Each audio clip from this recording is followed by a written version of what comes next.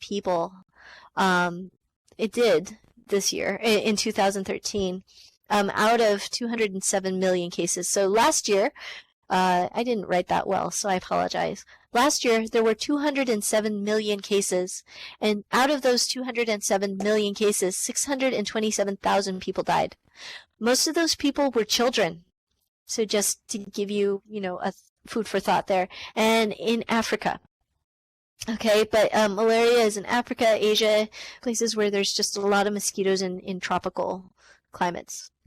Approximately 1,500 to 2,000 cases occur with U.S. citizens traveling abroad. Malaria is so common that when you travel abroad and go to these tropical countries, which again, this is another interesting fact, is if you plan on traveling to a tropical country, you should visit your doctor 1 to 2 months in advance and let them know where you're going, because more than likely you will need certain vaccinations that will help in order for you to go.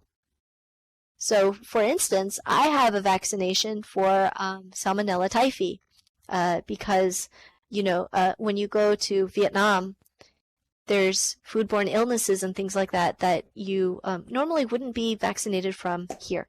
So just interesting food for thought. And they gave me anti-malarial drugs to take while I was there because, in case you get bitten by a mosquito carrying malaria, you've already got this drug in your bloodstream, and so it kills off the organism before it has a chance to infect. So the life cycle is interesting, and I'll tell you why. A person gets bitten by a mosquito, an infected mosquito, and the protozoan then enters the bloodstream. It goes into your blood. You won't feel the symptoms until about 7 to 10 days after. Okay, and that includes fever, headache, chills, vomiting, and then you have the potential of dying within 24 hours after that. The protozoan enters your bloodstream, and I actually, I was supposed to have a picture of this, and I didn't, so I apologize. But imagine these little tiny little things crawling into your bloodstream until it gets to your liver. Then it burrows into your liver cell, where it grows and multiplies. Now, unlike viruses, okay, these guys kind of are, they eat you from within. So they go into a liver cell, and they divide and multiply by eating your liver cell. That's like a big buffet. And they multiply that way, and then they burst. Now, when they burst, so they're in your liver, they burst out from your liver, they go into the bloodstream, and when they do that, they start infecting your blood cells. But what's really freakish about your blood cells is they hide in your blood cells so your immune system doesn't find them. This is the reason why they're so deadly. What's interesting is that there are several treatments for malaria. If you only take one treatment, people can get relapses of it because they're hiding, they go dormant sometimes. They hide in your cells, and then all of a sudden, boom, they burst and they come out and they make you very sick. You can actually have relapses of this unless you are completely treated for malaria. Are there any questions? And thank you for all these facts and the discussion. This is great. It makes the talk so much better. Questions at all that I can answer for you?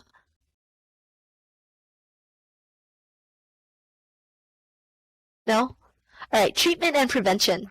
Antimalarial drugs, like I said before, you take this as a preventative. If you're going into a malaria-infested country, it's probably a good idea because you don't want to get malaria. There's usually 2 drugs that you take after infection. One to target the blood and one to actually target the liver and to target those dormant cells because it hides. One of the biggest things that you do is vector control, so spraying for mosquitoes. In Africa, they spray for mosquitoes and they spray in the house, and they still actually use DDT. And the reason why is because DDT has lasting effects for over a year. In some cases, when it comes to, life or death, it's kind of important to take down the mosquito population that way. So, going on to some common pathogenic protozoans that you may or may not have heard. I'm going to list them. Cryptosporidia, Amoebic dysentery and giardia are probably actually really unusually common in the United States, and you may not have known it. Like, you may have had an awful case of really watery diarrhea and not known that it was actually a protozoan, and it was, you know what I mean? It was actually a protozoan instead of a bacterial infection. They are usually fecal-oral transmission.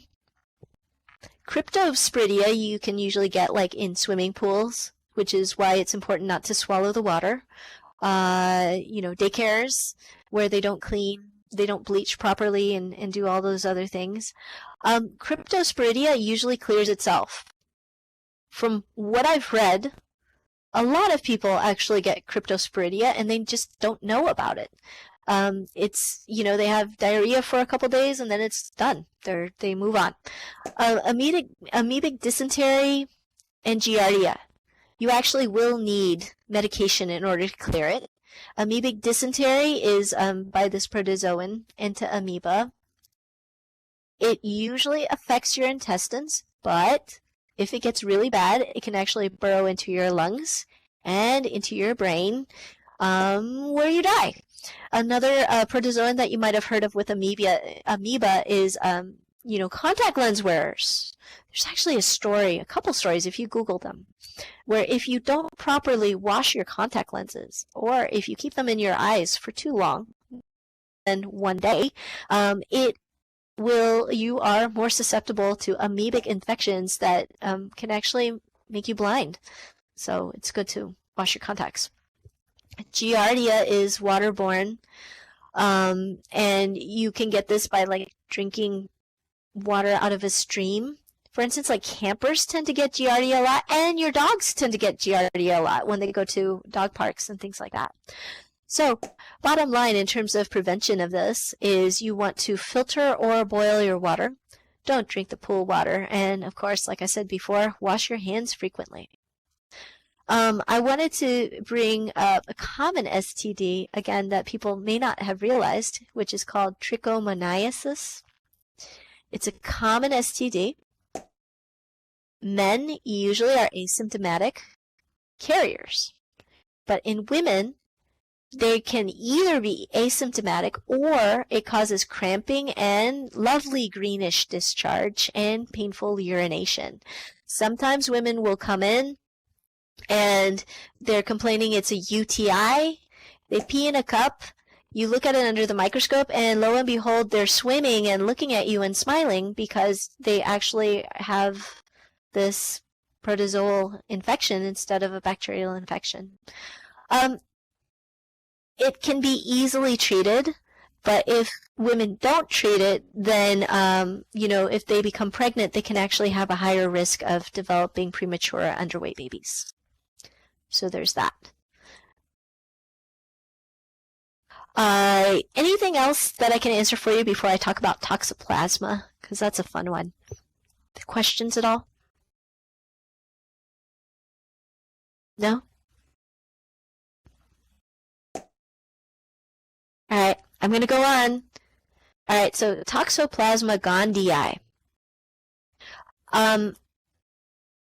You may have heard of this, and actually Stephen brought this to my attention. He's like, you should talk about this. It's interesting because people claim that it's because of this protozoan that you've got, you hear about the story of the crazy cat woman, hoarders. I couldn't find information to confirm it, like scientific information at all. But, there is this rumor that when you are infected with Toxoplasma gondii, it induces you to hoard all these cats, which actually makes sense because you get Toxoplasma gondii cleaning cat poop. This is, the litter box thing. So, it is zoonotic, which means it is passed on from animal to human, but usually it is passed on from animal to human through fecal matter, like cat poop. You can also get it by ingestion of meat, undercooked pork, or ingesting contaminated soil or water. What's interesting, and again, I found this was fascinating, is it infects CDC says it infects about more than 60 million people in the United States, so it is far more common than we know. However, most people that are infected with it actually have no symptoms. So if you have a cat, you just, keep that in mind because it tends to be passed through cat poop. Most people have no symptoms unless they are, like I said before, immunocompromised, pregnant, elderly, or, AIDS. The symptoms, if you have them, fevers, muscle aches, swollen lymph nodes, and this tends to be persistent, so it can last for months if you haven't been treated for it. It can cause damage to the brain, vision problems, and eye redness. And infants, it is passed from mother to child too. So if a woman is pregnant and she has toxoplasma, she can actually pass it to her baby. Usually infants are asymptomatic, but they can be born with brain or eye damage at birth. Now, the interesting thing is you should see that source that I put there, number 26. They have linked Toxoplasma gondii infections to changes in behavior, like what Clint was saying. There are actually microorganisms out there that will change your behavior. Toxoplasma tends to be one of them. There was actually a study several years back where they infected mice with toxoplasma, and it made mice want to go to the cat to be eaten because, cats actually spread it. People that are infected, there is a correlation between Toxoplasma gondii and suicide. Women have a 54% higher chance of wanting to commit suicide. It's also been associated with schizophrenia and slower reflexes. They said people that are infected with Toxoplasma gondii have a higher chance of causing car accidents because their reflex time is actually slower. So in terms of whether or not it increases your want to hoard cats, that's not, it hasn't been correlated yet that I could find, but, there you go. Are there any questions that I could answer for anybody? So Gandalf, you're saying, does it cause you to want more cats?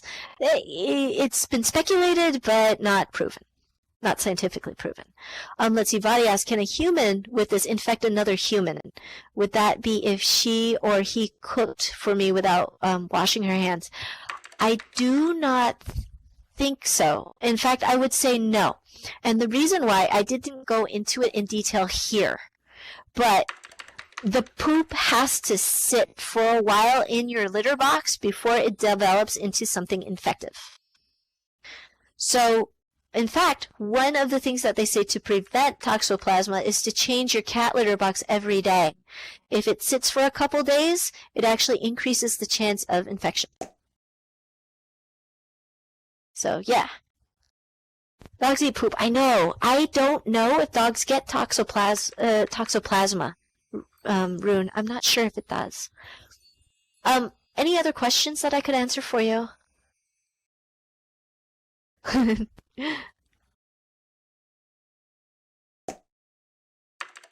Aw, I wouldn't put your cat up for adoption. Just, change the cat poop with gloves and wash your hands.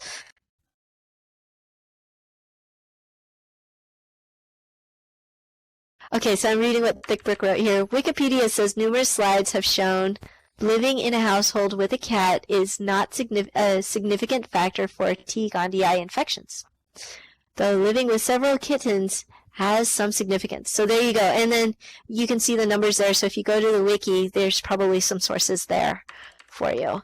I couldn't find any, I would say reliable sources. I found some magazines that said it, but I couldn't find any reliable sources that linked it. But I thought it was just, an interesting, an interesting thing to bring up.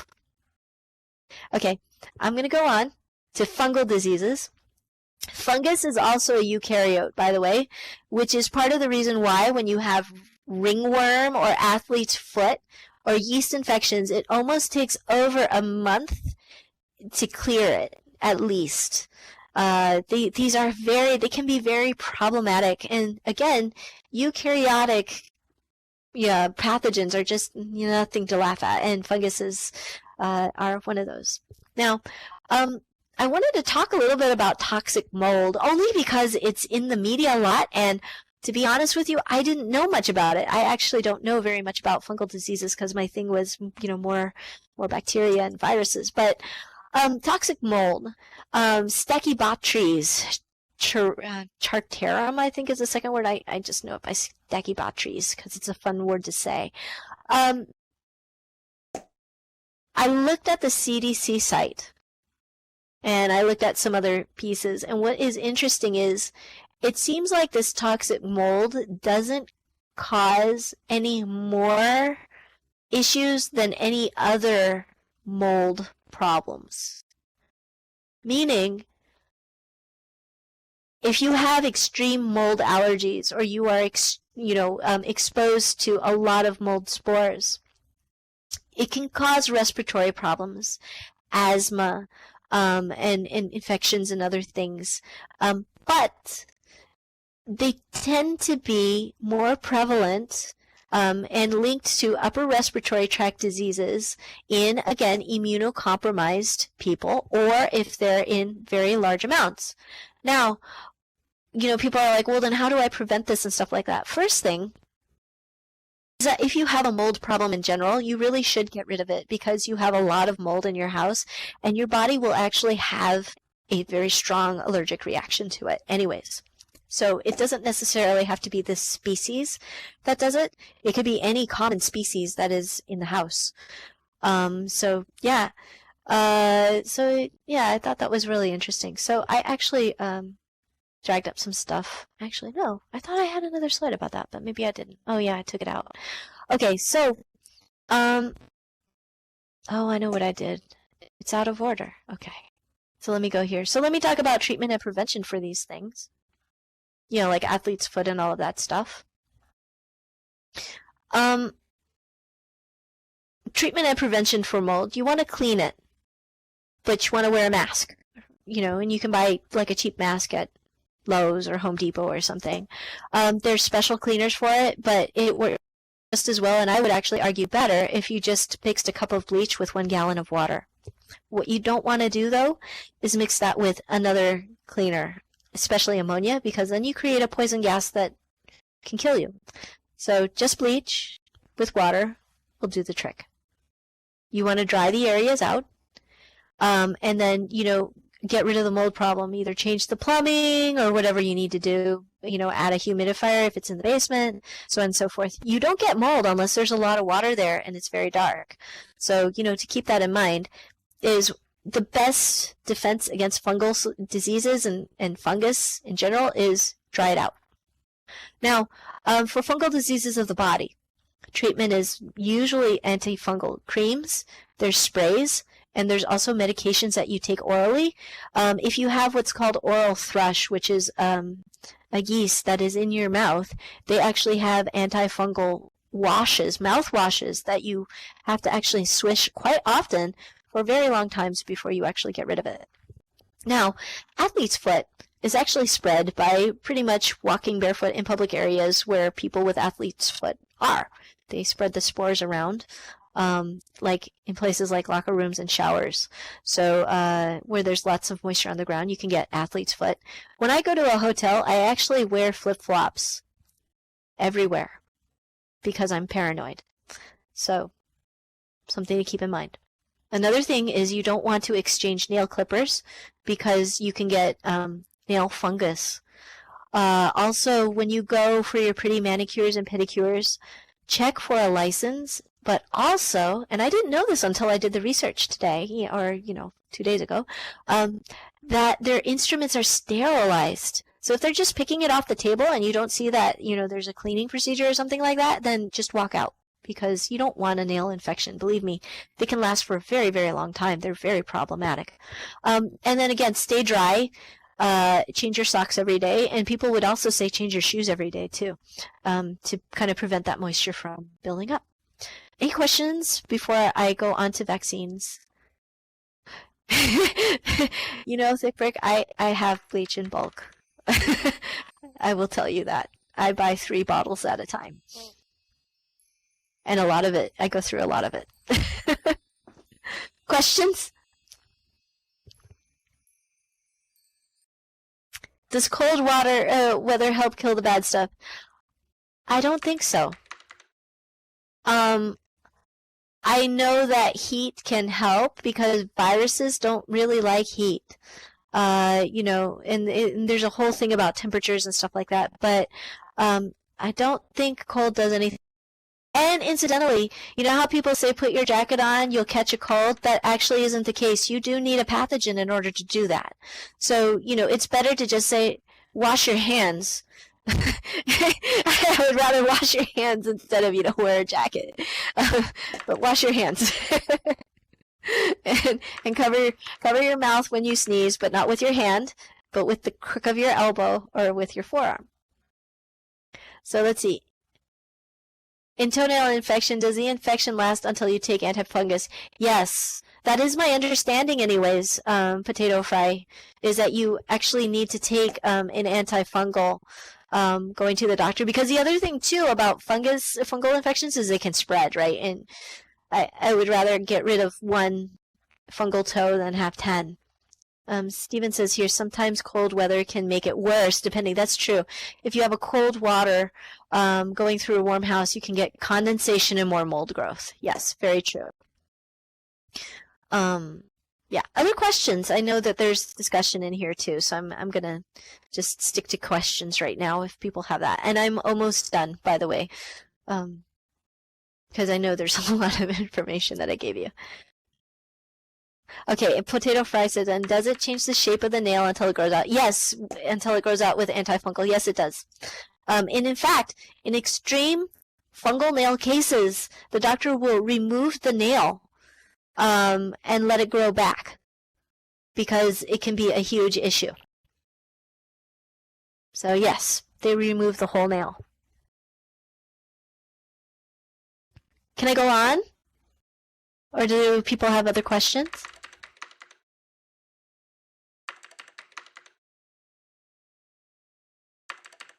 Okay. All right. Let's talk about vaccines. Because people asked about that. Like Roddy said before, or asked me before, and I answered, vaccines are actually made out of usually parts of the pathogen itself. One of the reasons why sometimes you get a fever from a vaccine is because the cell walls cause fever. They just cause this really, really strong immune reaction to the vaccine. That's not a bad thing. And in fact, there is an argument, and in fact, my husband would say this. Incidentally, my husband is a pediatric immunologist. I studied pathogens, he studied the immunology. It was a good mix. And what he actually said when he saw me doing this talk is that a lot of pediatricians tell you to take Advil or Tylenol before you get vaccinated to take down the fever. And that's actually a bad thing. Because if you suppress the immune reaction from a vaccine, you won't get a strong reaction. So there's that. So I just thought I'd send that out there so that you can think about it. Now, like we said before, vaccines prime the immune reaction so that if the body encounters a certain pathogen, you can almost get an immediate reaction to protect you when you actually encounter it. So it's like training the body to say, hey, you know what?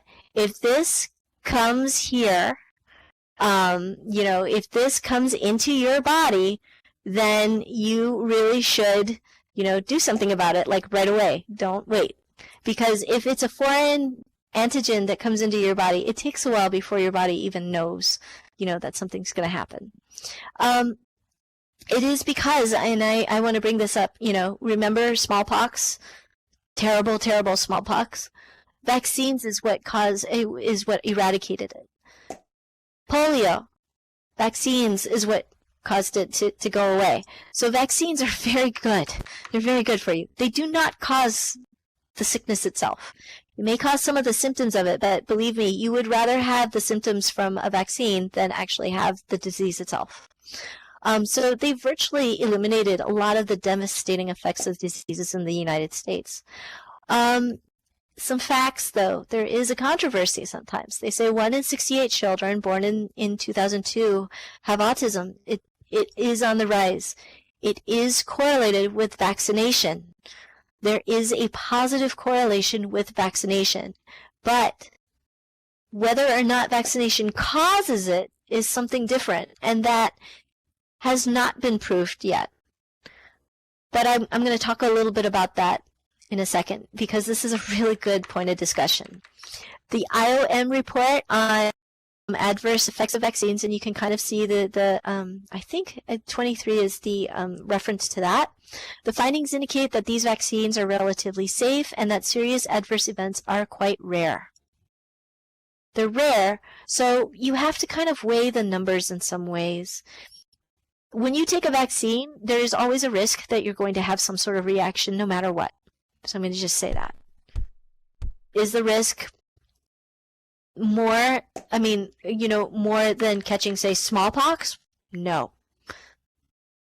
We do have nowadays kids that are coming back with measles because parents are not vaccinating them. Whooping cough, which used to be eliminated, is now back because parents have refused vaccination. Do we want these childhood do we want these childhood diseases back? Probably not. Again, though, keep in mind, and there's this huge controversy about Thermacell and things like that, and I understand that. There is no link to Thermacell and autism. However, the nature of how vaccines are created, and this is just insider information, complicates things. I'll tell you why. Some of these vaccines have to be grown in human tissue culture. Now, we're not smashing fetuses or anything like that. Human tissue culture itself has been around for a very long time, and usually it's grown from cancer cells. I don't know if you guys have heard the book, The Immortal Life of Henrietta Lacks. It's a really good book. But tissue culture tends to be cancerous cells that people grow in labs, and they grow vaccines that way. The problem, though, is then you take that virus and break it down and then turn it into a vaccine and purify it to the best way you can, but you really don't quite know, or you really can't take everything out. There is always going to be a risk that it's not completely clean. That complicates things a lot. Could there be other things that might be causing autism? Perhaps. What are the chances that kids have autism versus what are the chances that kids can get disease? I don't know. I personally vaccinate, I'm a huge proponent for vaccination. But, to actually come out and say completely vaccinations are completely safe, I don't think any immunologist would actually say that. So just bringing that out there. And that might be a really, really good, discussion to talk about, in a minute. So, yeah. Okay. So next week's talk, like I said, another, free advertisement for Stephen here is Man and Microbe, and he's going to talk about the codependent relationship with these pathogens or non-pathogenic microbes that I just talked about. And then I just wanted to leave this up for some points of discussion. And food for thought to kind of bring out the discussion today, because I think I gave you a lot of stuff to think about, and this is a great way to process it. So first, let's imagine there's a flu outbreak. Let's think about swine flu, for instance, but what if it was even more deadlier than that? What if it was like the Spanish flu, right? Would we be prepared? What about quarantines? And what would you do? It's far, far more contagious, okay, than Ebola. Far more contagious. What would you do? Quarantine is not even like an option. We didn't quarantine people when they had swine flu. I just want you to keep that in mind, okay? If you had any questions or comments, obviously you can think about that. And then another question, if we had a prion outbreak in the U.S., what would you do? Like, for instance, if we had a prion outbreak with cattle, again, would you change your diet? Because vegans won't get prions. Well, they might get Creutzfeldt, Jacob's disease, Creutzfeldt. Please, I'm sorry, Vadi, if I did not pronounce that correctly. I try. But, that can't be prevented. But for the most part, you can. And yes, you're right, Truth. How would we know if there's a 10-year incubation? You wouldn't. Until it's too late in some ways, but no. And then what about the vaccine controversy, right? We can talk about that too, because to me, I still digest it, and I don't really have any good conclusions for it. Lastly, and I keep forgetting, I forgot to do this last time, but please, if you really like these talks, keep in mind, there's a little tip jar, which looks like an apple next to me. None of these lindens go to me. They all go to moms. And I will tell you the reason for my madness, because I think Star doesn't even quite understand it herself.